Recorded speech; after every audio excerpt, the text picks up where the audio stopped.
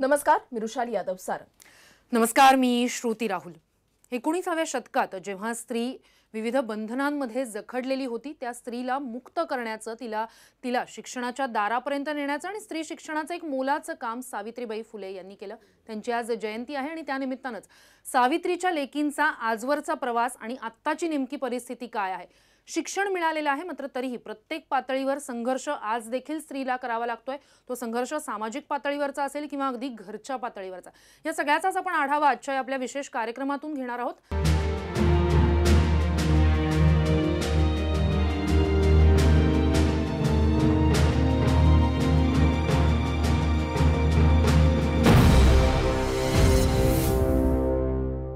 काही मान्यवर आपल्यासोबत याचसाठी स्टुडिओत उपस्थित आहेत.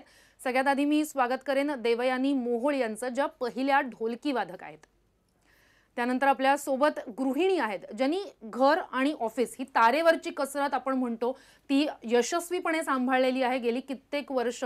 त्या शीतल सावंत गृहिणी आहेत, त्या आपल्या सोबत आहेत. त्यांचं स्वागत करूया. त्यानंतर शिवसेनेच्या नगरसेविका किशोरी पेडणेकर आहेत आपल्यासोबत. राजकारणातलं त्यांचं काम असलं किंवा राजकारणात त्या सक्रिय असल्या तरी एक संघर्ष त्या पातळीवर सुद्धा आणि अगदी इतरही सामाजिक पातळीवरचा संघर्ष त्यांचा सातत्यानं सुरू असतो. आणि त्यासोबतच वासव फाउंडेशनचे प्रवक्ते चंदन सामंत आपल्यासोबत स्टुडिओत उपस्थित आहेत. त्यांची भूमिका, कारण एक पुरुष हक्कांच्या संदर्भात काम करणारी जरी त्यांची संघटना असली तरी शेवटी समाज म्हटल्यानंतर स्त्री पुरुष ही दोन्ही चाकं म्हणतो आपण जी गाडीची, ती एकत्र धावणं किंवा चालणं आणि एकत्र सुरळीत असणं सुद्धा तितकंच गरजेचं आहे. आणि मग त्या दृष्टिकोनातून त्यांची भूमिका काय हे आपण त्यांच्याकडून जाणून घेणार आहोत. मात्र सगळ्यात आधी मी देवयानी मोहोळ यांच्याकडे जाणार आहे, कारण पहिल्या ढोलकी वादक आहेत त्या आणि एक कलाकार म्हणून एक वेगळा संघर्ष त्यांना करावा लागला. तो आपण खरं तर त्यांच्याकडूनच जाणून घेऊया. देवयानीजी, एक कलाकार, त्यातूनही लोककलाकार म्हटल्यानंतर एक वेगळा संघर्ष किंवा एक वेगळ्या पातळीवरचं एक उपेक्षित जगणं अनेकदा वाटायला येतं. मात्र खरं तर हा संघर्ष तुमच्या अगदी लहानपणापासून सुरू झाला आणि आता कलाकार असतानाचा सुद्धा एक वेगळा संघर्ष आहे. तुमचा स्वतःचा बँड आहे, त्या पातळीवर सुद्धा तुम्हाला अगदी आजही संघर्ष करावा लागतोय. त्याबद्दल तुमच्याकडून अनुभव जाणून घ्यायचे. प्रथम मी देवयानी मोहोळ, आज जिच्यामुळे मी इथं माझं अस्तित्व आहे अशा क्रांतिज्योती सावित्रीबाई फुले यांना मी अभिवादन करते आणि समस्त आपल्या मी मराठीच्या प्रेक्षकांना आजच्या दिनानिमित्त, बालिका दिनानिमित्त मी सगळ्यांना शुभेच्छा देते. तसं माझं डिग्रीपर्यंतचा जो प्रवास होता तो फारच खडतर झाला. ॲक्च्युली मी सर्वसामान्य मिल कामगारांची मी मुलगी, त्याच्यामुळे त्यातूनही शिक्षणाचं फार महत्त्व होतं घरात. कारण माझ्या आईला स्वतःला शिक्षण मिळालं नव्हतं आणि ती उपेक्षित राहिली, कारण तिच्या आईने तिला वॉटेवर घरात मिळकतीचं माध्यम म्हणून माझ्या आईचा उपयोग केला होता की खानावळ वगैरे अशा काही. तर तिला शिक्षण मिळालं नाही म्हणून ती आमच्यासाठी धडपड करत होती. माझे आई वडील दोन्ही त्या मिल कामगार असल्यामुळे नंतर मिलचा संप झाला. संप झाल्यानंतर पुन्हा एकदा त्या जोमाने मुलांना शिक्षण मिळावं म्हणून थोडंसं माथाडी कामगारासारखं काम केलं त्यांनी. पण तरीसुद्धा इथून जो 12वीच्या पुढे जो प्रवास झाला तो सुद्धा माझा खडतरच झाला. कारण ओपन कॅटेगरी किंवा काही असेल तर मला असं वाटतं की महिला कॅटेगरी हा फार महत्त्वाचा मुद्दा आहे की महिला कॅटेगरी असेल तर तिला शिक्षण हे दिलंच पाहिजे. पण तरीसुद्धा मी कॉलेजमध्ये इतकं गेल्यानंतर 12वीच्या पुढे पण शिक्षण घेताना मी कास्ट म्हणून एक मला एक काय म्हणतो त्याला आपण, एक डोनेशन देणारी एक युनिट होतं. तर तिथून मला त्यांनी मदत पुरवली. त्या मदतीतून तुमचं शिक्षण झालं. आणि इकॉनॉमिकली बेसिक ते इकॉनॉमिकली बॅकवर्ड म्हणून मी अक्षरशः 200-300च्या शिष्यवृत्तीसाठी माझी इतकी पळापळ झाली. पण मी डिग्री माझी कंप्लीट केली. तर त्यात मला एक बरं वाटलं की एक आईचं स्वप्न किंवा वडिलांचं किंवा माझी शिक्षणाची एक प्रवृत्ती होती. पण त्यानंतर मला असं वाटलं की कलाक्षेत्रामध्ये मला फार आवड निर्माण झाली. तर त्यातूनही मी प्रयत्न चालू केले. कारण त्यावेळेला मुली तर नव्हत्याच शिक्षणासाठी. तर ज्या अकॅडमीमध्ये मी एक छोटंसं शिकण्याचं एक माध्यम होतं तर तिथे मी जाऊन चौकशी केली. पण तिथे कोणी मुली नव्हत्या. तर मी म्हटलं ठीक आहे, हरकत नाही. पण घरात मग भीती वाटायला लागली की सांगू की नको, कारण घरात तसं आई वडिलांचा तो सामाजिक पगडा असल्यामुळे की आणि एक दडपण असतं आणि एक त्यावेळेला दडपण की असतं, आई yes, वडील yes. काय विचार करतील मग किंवा त्यांना आई वडील त्याचं त्यावेळेला ना- हा विचार करत असतात की समाज काय विचार करेल जर आमच्या मुलीनं या क्षेत्रामध्ये करिअर केलं तर. कारण तबला शिकणं म्हणजे मुलींचं ते नाहीये किंवा त्यावेळेला तेवढं नव्हतं. आणि बघण्याचा सर्वसामान्य दृष्टिकोन सुद्धा कुटुंब, वेगळा. निश्चितच. अतिशय सर्वसामान्य मिल कामगाराची मुलगी आहे आणि ते पण आपण फी त्यावेळेला मी अकॅडमिक क्लासेस देत होते, मुलांना शिकवत होते. एक 12वी पर्यंत मुलांना मी 12 वर्ष शिकवली. पण त्यावेळेला मी सुरुवात केली होती की माझी फी, माझं शिक्षण खर्च माझं, जेणेकरून आई वडिलांना घरी चालवणं कठीण होतं. बरोबर. मग मी ते करून शिक्षणाला सुरुवात केली. मग कोणी मुली नसताना ते मला लक्ष नाही, पण कुणी नसताना मी सुरुवात केली. शिक्षण आई-वडिलांना घेताना न सुद्धा सांगता. धडपड आणि करिअर करताना सुद्धा धडपड करावी लागते आणि आज सुद्धा हीच धडपड जी आहे ती तुमची सुरू आहे. मी आता शीतल सावंत यांच्याकडे जाते. सावंतजी, तुम्ही बघायला अगदी. गेलात तर हा आधी मी मराठीचे मी आभार मानते की विचार आम्हाला सगळ्यांसमोर मांडायला संधी मिळाली, त्याबद्दल आधी आभार मानते. आणि मीही मिल कामगाराचीच मुलगी होते, त्यामुळे ह्या म्हणतात तसं, आणि सर्वसामान्य बुद्धी, असं अगदी खूप खास अगदी अभ्यासात हुशार वगैरे असं काही नाही. त्यामुळे इंग्लिश मिडियमला जायची इच्छा असून घरी म्हटलं जायचं मुलाला पाठवायचं, तुम्हाला नाही, तुम्हाला तुमच्यासाठी एवढे पैसे खर्च करणं आपल्याला शक्य नाही. त्यामुळे मराठी शाळा, म्युन्सिपाल्टी शाळा, यावेळेला वर्नाक्युलर फायनलची एक्झाम देताना त्याला सुद्धा शिकवणी बिकवणी नाही, तुला जमेल तसा कर, नापास झालीस तर हरकत नाही, घरी बसायला हवं. मग पण झाले प्रयत्न करून, सगळं करून ते पार झालं शिक्षण. लगेच 16व्या वर्षी नोकरी लागली, वय जास्ती लागल्यामुळे नोकरी लगेच मिळाली. आणि त्यानंतर मग इव्हिनिंग कॉलेज म्हणजे खूपच तारेवरची कसरत, घर, ऑफिस, परिस्थितीमुळे राहणी साधी, त्यामुळे ऑफिसमध्ये पण थोडंसं बघण्याचा दृष्टिकोन वेगळा असायचा की अशी ही काय करणार काम, तब्येत पण अगदी 36-37 किलो वजन, म्हणजे ही फाईल तरी काय उचलणार, आणि बुद्धीचं तर अपेक्षा ठेवतच नाहीत ऑफिसमध्ये जनरली बायकांकडनं, त्यावेळे तरी 40 त्यावेळेसची वर्षापूर्वी. परिस्थिती तशी होती. त्यावेळेस त्यामुळे- लोकांचा दृष्टिकोन सुद्धा तसाच होता ना, घरामध्ये म्हणा किंवा ऑफिसमध्ये म्हणा, हो. मुलगी आहे, महिला आहे, ही काय करू शकते, मग तिच्या ह्याच्या पुरतच तेवढंच काम द्या, तिला जमेल तेवढंच काम द्या, आणि जमेल ते पण कुठे त्याची पण कॅटेगरी ठरलेली असायची. ठरलेली, ड्राफ्टिंग, नोटिंग, असं बुद्धीचं काम असेल ते ह्यांना जमणार नाही हे गृहीतच धरून त्याच्यावर चालायचं. शिक्काच मारलेला असायचा की हे काम आहे, हे ह्यांना साधं जमणार असेल. टपाल आलं ते घ्या, हे करा, अशा पोस्टवरच ठेवा. आपण कितीही काही म्हटलं तरी ते पटायचं नाही त्या लोकांना त्या वेळेला तरी. नंतर नंतर हळूहळू पटायला लागल्यावर मग जरा ती चुरस झाल्यावर मग तेही आवडायचं नाही. आपल्यापेक्षा बाई जरा काही जास्ती कमी चांगलं करते काम, हे कबूल करण्याची मनातनं इच्छा असली तरी प्रकट दाखवू शकत, म्हणजे दाखवत नव्हते, दाखवू शकत असले तरी. त्यामुळे अशी रस्सीखेच सगळीकडे असायची. बरोबर आहे. म्हणजे एवढा मोठा स्ट्रगल तुमचा राहिलेला आहे. सेल्स टॅक्स मध्ये तुम्ही ऑफिसर होतात, एवढी वर्ष नोकरी केली, रिटायर झालात, आता गृहिणी म्हणून तुम्ही वावरताय. मात्र प्रत्येक जी धडपड आहे ना ती तुमच्या शब्दांमधून सुद्धा दिसून येते. ते चित्र जे आहे ना ते समोर राहिलेलं आहे की त्यावेळेचा एक वातावरण, त्यावेळेचा एक काळ जो आहे तो कसा होता. किशोरताई, चंदनजी, तुमच्यासोबत सुद्धा तुमचे अनुभव सुद्धा जाणून घ्यायचे की तुम्ही आतापर्यंत कशा पद्धतीनं याकडे पाहिलेलं आहे आणि ह्याच्यातून आपल्याला काय आणखी शिकलं गेलं पाहिजे याच्यावर सुद्धा आपल्याला चर्चा करायची. मात्र वेळ झाली एक छोटासा ब्रेक घेण्याची. कुठेही जाऊ नका, पाहत रहा मी मराठी न्यूज.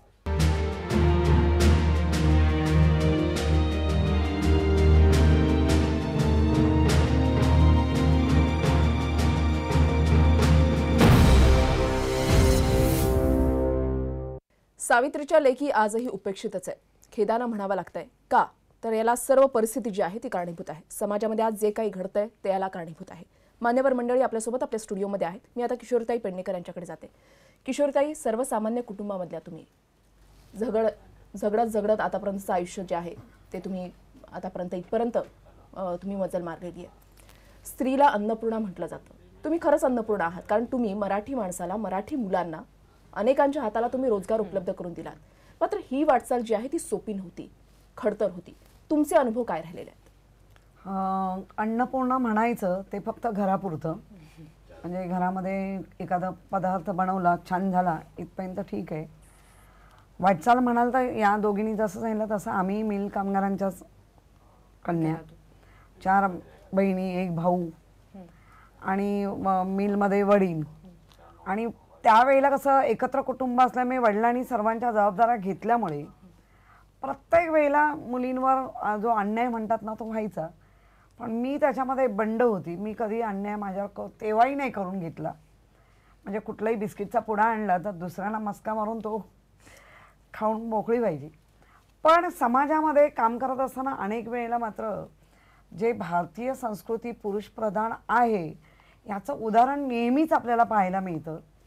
आणि त्याच्यामुळे मग अगदी राजकारणात म्हणा किंवा नोकरीत म्हणा, कारण मी जवाहरलाल नेहरू पोर्ट्रसमध्ये नोकरी केली, तिथे म्हणा अगदी सुरुवातीपासूनच की अरे ह्यांना काय कळतंय, तुम्हाला काय कळतंय.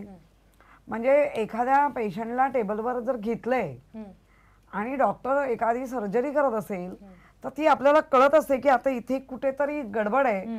ते जरी आपण डॉक्टरना असं खुणवलं तरी मी दाबलं जातं, मी आहे शाणा, थांब जरा, अशा पद्धतीने हे नेहमीच अनुभवाला आलं. राजकारणात तर काय नवीन सांगायला नको. मग ते कुठलाही पक्ष असू दे, त्या सगळ्या पक्षांमध्ये म्हणजे जे पक्षप्रमुख असतात त्यांना कदाचित ते वाटत नसतं. त्यांना महिलांबद्दल नेहमीच सहानुभूती असते आणि ते करत असतात. पण त्याच्या खालचा जो रँक चालू होतो तो मात्र तू माझ्या पुढे जाताच कामा नये, त्यामुळे ती महिला त्या रेषेच्या बाहेरच राहिली पाहिजे अशा पद्धतीने अगदी क्यू रचना म्हणजे सहानुभूती असते पण ते होत खेकड्यांची नाही. गोष्ट जी आपण ऐकतो ना की ह्याला माहिती असतं, मच्छीमाराला माहिती असतं की खेकडे जर आपल्याला मिळाले तर तो त्यांना असं सोडून देतो, कारण त्यांना माहिती असतं की खेकडे जे आहेत ते काय बाहेर पडणार नाहीत, कारण एक पुढे गेला तर दुसरा आहे त्याचा पाय खेचायला. नाही, त्याच्यामध्ये फक्त भारतीय खेकडेच आपले पाय खेचतात असं दाखवलेलं आहे. आणि बऱ्याच वेळेला जपान बिपान पायाला धरून धरून वर पोचलेले म्हणजे खेकड्यांमध्ये पण वेगळी कॅटेगरी आलेली आहे. म्हणजे अगदी निव्वळ आपल्याकडेच नाही तर इतर ह्याच्यामध्ये खेकड्यांचे पाय धरून ते वर गेले, पण आपल्याकडे मात्र ते खेचून खेचून परत जागेवर आणून ठेवतात. हे आहे. आणि आपण आता किशोरताई तुम्ही हा मुद्दा बोलताय, चंदन सावंत यांना याच्या संदर्भात मला वाटतं काहीतरी बोलायचंय, कारण ते मगाचपासून फक्त हसतायत. नमस्कार. सावित्रीबाई फुले ह्यांचं हे जे महान होत्या म्हणजे व्यक्तिमत्व त्यांचं फार महान आहे की त्यांनी त्यावेळेला म्हणजे 19व्या शतकामध्ये त्यांनी जो काम सुरू केलं आणि त्यांना जो त्यांच्या ज्योतिराव फुले त्यांनी जे सहकार्य केलं, त्यांना त्यांचं शिक्षण आणि त्या दोघांनी मिळून जे काम केलं हे त्यावेळेला फार महान होतं. आणि त्यावेळेला त्याची गरज पण होती, कारण की त्यावेळेला खरंच आपला आपण जे म्हणतो की पुरुषप्रधान देश आहे आणि पुरुषांची सत्ता चालते, हे चालतं, हे त्यावेळेला होतं. त्यावेळेला जातपातीमध्ये पण मानायचे आणि स्त्री पुरुष यांचा लिंगभेद पण जास्त होता. आणि त्याच्यामुळे ते काम जे त्यांनी केलं ते फार महत्त्वाचं. आणि त्याच्यामुळे आज एवढा बदल घडला आहे आणि स्त्रिया आज प्रत्येक क्षेत्रामध्ये म्हणजे पुरुषाच्या खांद्याला खांदा लावून चालत आहेत व एज्युकेशनमध्ये किंवा सगळ्या इंडस्ट्रीमध्ये. आणि ते फार महत्त्वाचं आहे आणि ते झालंही पाहिजे. आम्ही त्याला काही दुमत नाही आहे. पण आजच्या काळामध्ये असं झालं आहे की आज पुरुषप्रधान देश म्हणतात ना, हे एक समज म्हणजे समाजाची जी हे आहे ते त्यांच्यावर लादलं जातं आहे आता पुरुषांवरती. त्यामुळे जसं त्यावेळेला जी चळवळ सुरू झाली की स्त्री हक्कासाठी किंवा स्त्री च्या सेफ्टीसाठी जे झालं ते आज असं झालं आहे की पुरुषांच्या हक्कासाठी आणि पुरुषांच्या सुरक्षेसाठी पण एक प्लॅटफॉर्म असावा किंवा एक मंच असावा याची गरज निर्माण झालेली. आणि त्याकरता आम्ही आता पुरुष हक्क समिती किंवा पुरुष संघटना ह्या भरपूर देशामध्ये सुरू झालेल्या आहेत. त्याच्यासाठी आम्ही बरोबर. चंदनजी, मात्र तुम्ही एका आईचे सुपुत्र, एका बहिणीचे तुम्ही भाऊ. हो. जे वातावरण आज आपण समाजामध्ये पाहतो, सावित्रीच्या लेकींची ही उपेक्षा कुठेतरी डाचत नाही? मला एकदम असं वाटत नाही, कारण की आज जर तुम्ही बघितलं तर शिक्षण म्हणजे शाळेपासून कॉलेजपर्यंत आज जर तुम्ही डेटा बघितला, आपला सेन्सस असो किंवा काही असो, तर महिलांचा जे पर्सेंटेज आहे ते पास होऊन जे बाहेर निघतात ग्रॅज्युएशन किंवा हे जास्त झालेले आहेत आज मुलांपेक्षा. त्यामुळे आणि मुलं जो करता सवरता हे त्यांचं जे प्रोटेक्टर किंवा प्रोव्हायडर म्हणतात, त्यामुळे लहान वयामध्ये त्यांना फायनान्शियल कारणामुळे किंवा घरच्या काही परिस्थितीमुळे शिक्षण सोडून हे काम करायला लागतं फार. चंदनजी, स्त्रीभ्रूण हत्येचं प्रमाण सुद्धा तितकंच आहे. हो, म्हणजे ते मुलगी मान्य आहे. नको ते चुकीचं आहे, ते म्हणून चुकीचं आहे. गर्भातच तिला मारण्याचं प्रमाण, म्हणजे तुम्ही म्हणताय की पास आउट होण्याचं प्रमाण जास्त आहे, पण एक दिसणार आहे त्याच्या मागचं एज्युकेशन घेतायत म्हणजेच त्यांना सर्व बहाल केलं असं नाहीये. आजच्या घडीला घरामध्ये सुद्धा ते एज्युकेशन एक तर मोठा भाऊ ठरवतो, वडील ठरवतात, मुलीला तू तिकडेच जा, तू इकडेच जा, ह्या पद्धती आजही आहेत. आता अनेक महिला त्याचा वेगळा ऍडव्हान्टेज घेत आहेत म्हणून तुमच्याकडे त्या आणायला लागले, पण पर्सेंटेज वाईज कमी आहे. हा, म्हणजे तुम्ही जे म्हणताय ना की त्याचा गैरफायदा किंवा हो. एक गैरवापर होण्याचं प्रमाण म्हणजे थोडं जे- कमी जे- आहे असं नाही का वाटत? नाही, चंदनजी, तसं अशा बायका ज्या असं आहेत, डेटा अशा बघायला महिला ज्या आहेत गेला ना त्या मुठभर असतील, त्याच्यासाठी नाही, सगळ्या नाही, असं महिलांना भरपूर एकाच आहे. कारण ह्याच्यामध्ये की त्या तराजू काय करणं. झालं, तो जो जे शिक्षण आहे त्या शिक्षणाचा किंवा त्या जे एम्पॉवरमेंट झाली आहे, ती सक्षमीकरण म्हणतो आपण, त्याचा गैरफायदा जास्त होत आहे आता सध्या. पण ते Loss आहे. प्रमाण कमी आहे. प्रमाण कमी आहे Overall म्हणजे जर का- जोपर्यंत आपण त्याचा काही सर्वेच केला नाही नाही, आणि त्याच्या- काही डेटा त्या- जमा केला नाही तर त्याचं प्रमाण कळणार. कारण की आज कायदे जे आहेत ते जवळजवळ 30-40 कायदे हे फक्त स्त्रीच्या संरक्षणासाठीच आहेत आणि हा सगळा वाद त्यामुळे आपण- ते लक्षात येत नाही. नाही, तुमचं म्हणणं आपण एक वेळ खरं मानूया की तुम्ही म्हणताय हे प्रमाण वाढतही असेल, अनेकदा घटना समोर येतही नसतील, पण असं नाही का वाटत, म्हणजे मी मगाशी जशी सुरुवात केली की समाज आहे किंवा नाण्याच्या या दोन बाजू आहेत, त्या दोन्ही बाजू या एकत्र असणं, एकसाथ असणं हे समाजाच्या म्हणजे निकोप समाजाच्या आणि देशाच्या सुद्धा भविष्याच्या दृष्टीने हे गरजेचं नाहीये का? मग त्यासाठी हा वाद बाजूला ठेवून सुद्धा तुम्हाला मग काय वाटतं की काय नेमकं आता सुद्धा, कारण उपेक्षित आहे, तुम्हीही मान्य करता की काही टक्के अजूनही उपेक्षित आहे आणि उपेक्षा फक्त शिक्षणाच्या पातळीवरची नाही तर इतरही अनेक पातळीची. काय नेमकं केलं गेलं पाहिजे? मी खरं तर ते तुमच्याकडनं जाणून घ्यायचं आहे, पण वेळ ब्रेकची झालेली आहे. पाहत रहा मी मराठी न्यूज.